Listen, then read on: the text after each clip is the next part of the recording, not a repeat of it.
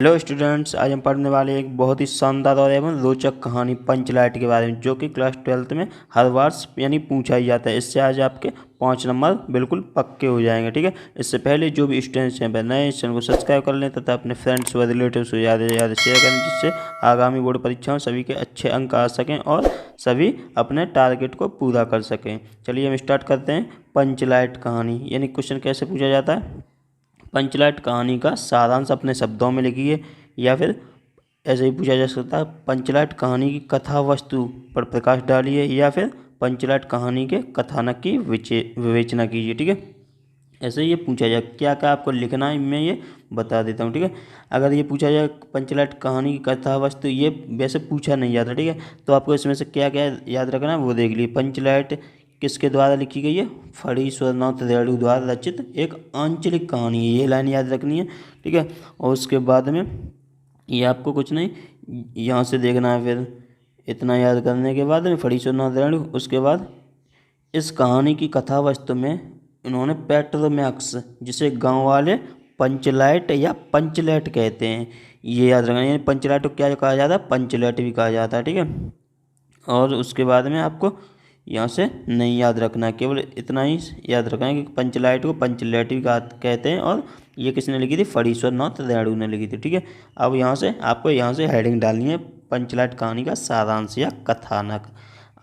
रामनवमी के मेले में इस बार महतो टोली के पंचों ने एक पेट्रोमैक्स खरीदा। इस पेट्रोमैक्स को गांव वाले पंचलेट कहकर पुकारते थे। पंचलेट खरीदने के बाद जो 10 रुपये बच गए थे, उनसे पूजा की सामग्री भी खरीदी गई। सबको पंचलेट आने की प्रसन्नता थी। इस खुशी में कीर्तन का आयोजन किया गया।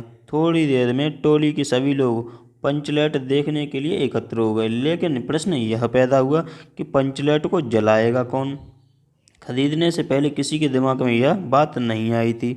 यह निर्णय हुआ कि दूसरी पंचायत के आदमी की मदद से पंचलेट नहीं जलाया जाएगा, चाहे वह बिना जले ही पड़ा रहे।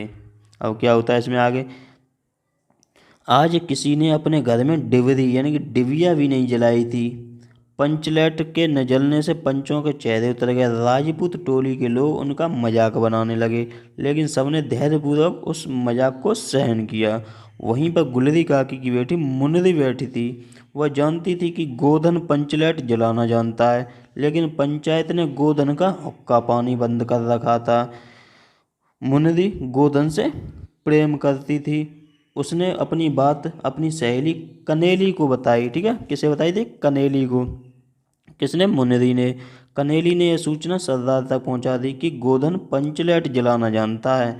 सभी पंच सोच विचार में पड़ गए कि गोधन को बुलाया जाए या नहीं। अंत में उसे बुलाने का निर्णय लिया गया। सरदार ने छड़ीदार को भेजा, लेकिन छड़ीदार के कहने से गोधन पंचलेट जलाने के लिए नहीं आया। आखिर गुलरी काकी गोधन के झोंपड़े में गई और उसे मनाकर ले आई। गोधन ने पंचलेट में तेल भरा। तभी गोधन ने पूछा कि स्पिरिट कहाँ है?